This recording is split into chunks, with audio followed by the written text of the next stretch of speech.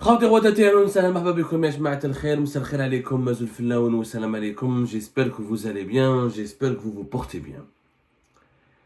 Quelquefois le silence est plus dangereux que la parole. Quelquefois le silence il est même plus violent que la violence. Quelquefois le silence c'est la réprobation et le rejet le plus violent, le plus brutal. Quelquefois le silence est plus éloquent que tous les discours politiques qu'on peut faire. Et tous les avertissements qu'on peut adresser à des gens là, à des décideurs. Le silence des Algériennes et des Algériens. Il y a un seul Noblis. Cette vidéo, je l'adresse particulièrement à Amit Tebboune. Parce qu'Abdelmajid Tebboune, quand tu l'appelles Amit Tebboune, visiblement, il est plus attentionné, il est plus favorable à nous écouter. Il y a Amit Tebboune. Ce qui s'est passé pendant cette élection présidentielle anticipée, et nous sommes le 11 septembre 2024, et jusqu'à maintenant, nous n'avons pas encore de résultats. Nous sommes dans une... Je ne sais pas si vous vous rendez compte, la situation inédite dans laquelle on se retrouve. Nous sommes dans une situation d'une élection sans résultat. Pour le moment, il n'y a pas eu de résultat. Ni l'autorité nationale indépendante des élections, ni la Cour constitutionnelle ne s'est encore prononcée. Demain, c'est jeudi, c'est la fin de semaine en Algérie, ce sera le 12 septembre. Il y a pratiquement 4 jours, 5 jours après le scrutin du 7 septembre, et on n'a pas de résultat. Le résultat, c'est pas l'identité du gagnant. Quand on organise une élection, le peuple qui a voté, ou là qu'on a invité à voter, a le droit de connaître tous les résultats, il y a tous les chiffres. Qu'est-ce que c'est que les résultats d'une élection? Le taux de participation, les bulletins blancs, les bulletins nuls, le pourcentage des candidats, candidat par candidat, le taux de participation d'une région par région par région, le nombre des votants et le nombre des personnes qui sont parties voter mais qui ont donné des bulletins qui ont donné des bulletins nuls et le nombre des personnes des votants qui se sont abstenus ou là des personnes qui pouvaient voter mais qui se sont abstenus. Ça, c'est des chiffres extrêmement importants. Ça relève du droit élémentaire de la population. Quand on veut organiser une élection, la population du pays dans lequel l'élection a été déroulée, elle a le droit d'accéder à toutes ces informations. Pourquoi? Parce que ces informations sont un baromètre de l'état de santé d'un pays. Un pays où l'abstention dépasse les 70%, voire les 75%, comme c'est le cas en Algérie, 7 septembre 2024, c'est un pays où il y a un fossé total qui sépare les autorités de la population. Il y a les dirigeants du pays, mais la population ne leur reconnaît aucune légitimité. Ce qui s'est passé derrière, c'est un hirak silencieux. C'est une colère silencieuse. C'est une protestation, c'est une révolution silencieuse. C'est-à-dire que le citoyen algérien, qu'est-ce qu'il a dit? Je parle, vous mettez en prison. Je veux relancer le hirak et faire un rassemblement, organiser des manifestations, vous mettez en prison. Je milite sur les réseaux sociaux, vous mettez en prison. J'essaie de faire de la politique en créant des partis politiques, en créant des associations, des collectifs citoyens, vous me mettez en prison. Ok, qu'est-ce que je vais faire? Ce que les Algériens et les Algériens ont fait là, c'est une protestation d'une extrême efficacité et d'une extrême intelligence. Tu organises un vote, tu organises des élections, tu as besoin de mon vote, je boycotte. Je ne vote pas, je ne me rends pas dans les bureaux de vote, je ne participe pas à ta mascarade, je ne participe à aucun processus électoral, je ne m'affiche pas à tes côtés, je ne te donne pas ma voix, tu ne peux pas parler en mon nom. Ça, c'est pire que le hirak, c'est pire que les émeutes. C'est pire que les enquêtes de la presse. C'est pire que les révélations de la presse indépendante. C'est pire que les dénonciations des activistes et des opposants. C'est la pire chose qui peut arriver à un dirigeant, à des dirigeants, à une classe dirigeante politique, c'est quand la population lui retire tout droit de parler en son nom, lui retire toute reconnaissance de légitimité. Et si l'abstention était de 60, 65% ou 50 ou 55%, c'est une chose. Mais quand l'abstention est de plus de 75%, le nombre des votants tel qu'il a été communiqué par l'autorité nationale indépendante des élections, 5 600 000, correspond à 23% du corps électoral. C'est-à-dire que l'abstention a atteint les 77%. Là, ça veut dire que tout le peuple algérien, dans toutes ses composantes, à travers toute sa diversité linguistique, régionale, ethnique, etc., a dit non. je ne participe pas. Je ne vous reconnais aucune légitimité. Ça, c'est une colère silencieuse, c'est un rejet silencieux.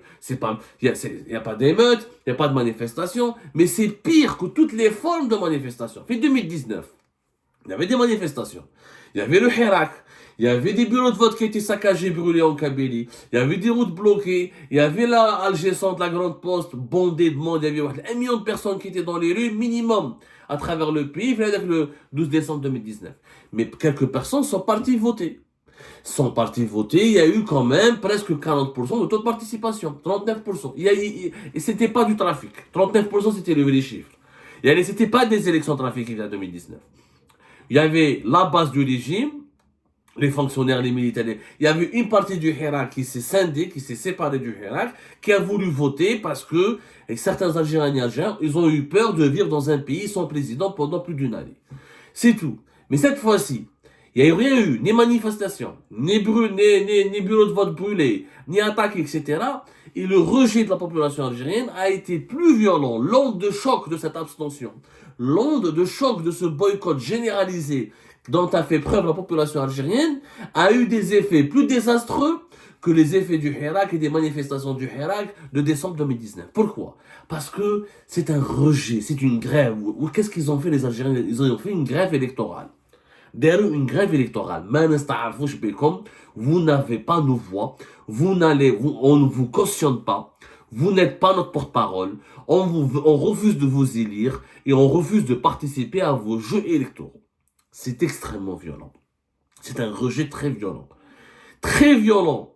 Et ça veut dire que demain, malgré la presse publique algérienne, la PS, la présidence algérienne, les chefs d'État qui appellent Tebboune pour le féliciter, etc. Mais ça ne vaut pas la reconnaissance du peuple algérien et ça ne remplace pas la reconnaissance du peuple algérien. Et ça ne veut pas dire que ces dirigeants étrangers qui sont hypocrites, qui utilisent le protocole, les protocoles, parce que la diplomatie, c'est une grande partie de l'hypocrisie. Il y a des us et des coutumes basées sur l'hypocrisie. On ne dit jamais ce qu'on pense sur l'interlocuteur étranger. On fait semblant de le féliciter, de le soutenir, alors que quand on sait que la majeure partie, l'écrasante composante partie de son peuple ne veut pas de lui, يعني احمد بن سلمان ولا البريزيدون تاع الامارات ولا ايمانويل ماكرون ولا بايدن ولا زايدن ولا n'importe quel roi et président à travers le monde, ils peuvent féliciter Tebboune à longueur de journée. Ça ne remplace pas le peuple. La seule légitimité, ce n'est pas la communauté internationale, c'est le peuple. On a connu des gouvernements. Le gouvernement de Tripoli en Libye, il est reconnu par l'ONU, par la communauté internationale. Mais il n'a pas de reconnaissance, il n'a pas de légitimité parce qu'une bonne partie des Libyens, la moitié des Libyens sont avec Haftar. Donc, tu as beau avoir la reconnaissance de la communauté internationale, si tu n'as pas la reconnaissance de ton propre peuple, nous avons connu des systèmes politiques, des dictatures et des présidents qui ont facilement vacillé et perdu le pouvoir alors qu'ils étaient reconnus par la communauté internationale. C'est le peuple la base. L'Algérie, son histoire, les créations de l'État algérien, le slogan il est clair. Depuis le peuple et pour le peuple. À partir du peuple et pour le peuple. Mais qu'est-ce que c'est où est la situation? C'est un avertissement. Là, le peuple lui a donné un avertissement. C'est un avertissement silencieux.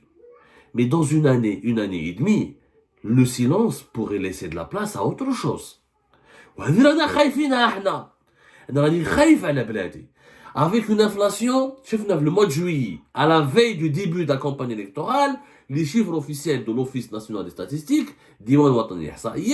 c'est une inflation à plus de 6%. L'une des plus élevées du monde et de la planète. 6% encore. Pour la 4 depuis 2021, nous avons une très forte inflation, beaucoup plus élevée que la moyenne mondiale.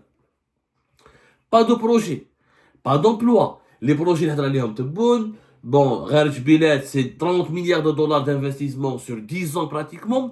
Il faut attendre 10 ans pour pouvoir ce projet puisse récolter ses fruits. Il sera jamais rentable, on l'a expliqué 1000 fois. Ramener du fer du fin fond du désert pour aller l'exporter à plus de 2000 km, 1000 km et quelques au nord du pays, ça n'a aucun sens.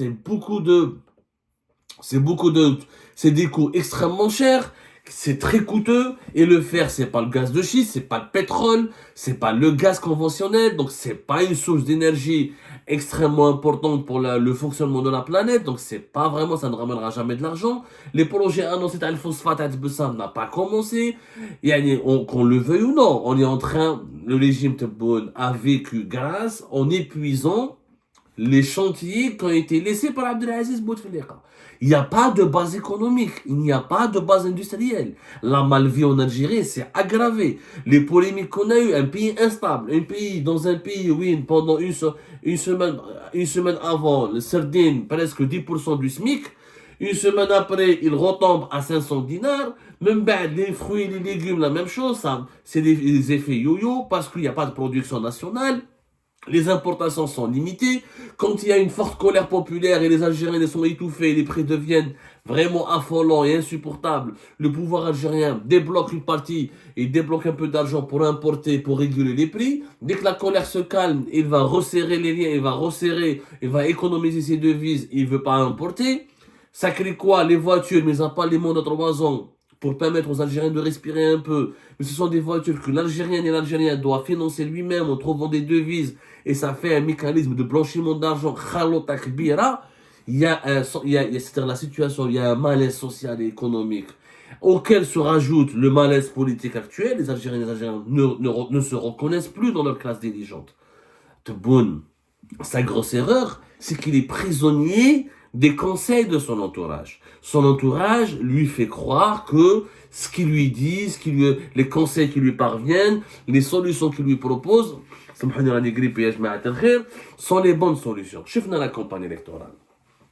Le fait d'utiliser Ben Green à une galaxie de partis politiques, faire du clownesque, dans les blagues, dans l'humour décalé, dans la recherche, la quête du buzz, aller voir des citoyens, leur donner, blaguer avec eux, les mettre en valeur des vieilles femmes, des personnes âgées, des personnes fragiles, manipuler des gens, créer des vidéos, utiliser à outrance les réseaux sociaux, vider la campagne électorale de sa substance, c'est-à-dire ne pas proposer des vraies solutions, rester dans l'annonce, dans le buzz, dans la quête du clic, juste dans la séduction, par l'annonce, par les promesses, pas dans la séduction, par la solution. Le fait que dans cette campagne, dans cette élection, il n'y a pas eu de candidat. C'est un manque de respect aux Algériens et aux Algériens. 5 ans plus tard, pour faire des élections, Youssef Aouchiche, qui est zéro inexpérimenté, un CV totalement vierge, malgré son passé de militant de la FFS, mais n'a jamais été réellement connu, il n'a pas été, la FFS et des militants, des personnalités beaucoup plus connues. Hassan Sherif, un gars totalement méconnu, inconnu au bataillon, un homme une personne vierge qui n'a aucun passé, aucune expérience, aucun fond, aucune personnalité, aucun charisme, et tu leur dis allez-y voter. Allez-y voter, il y a Ben Grina qui fait rire, il y a une galaxie de petits partis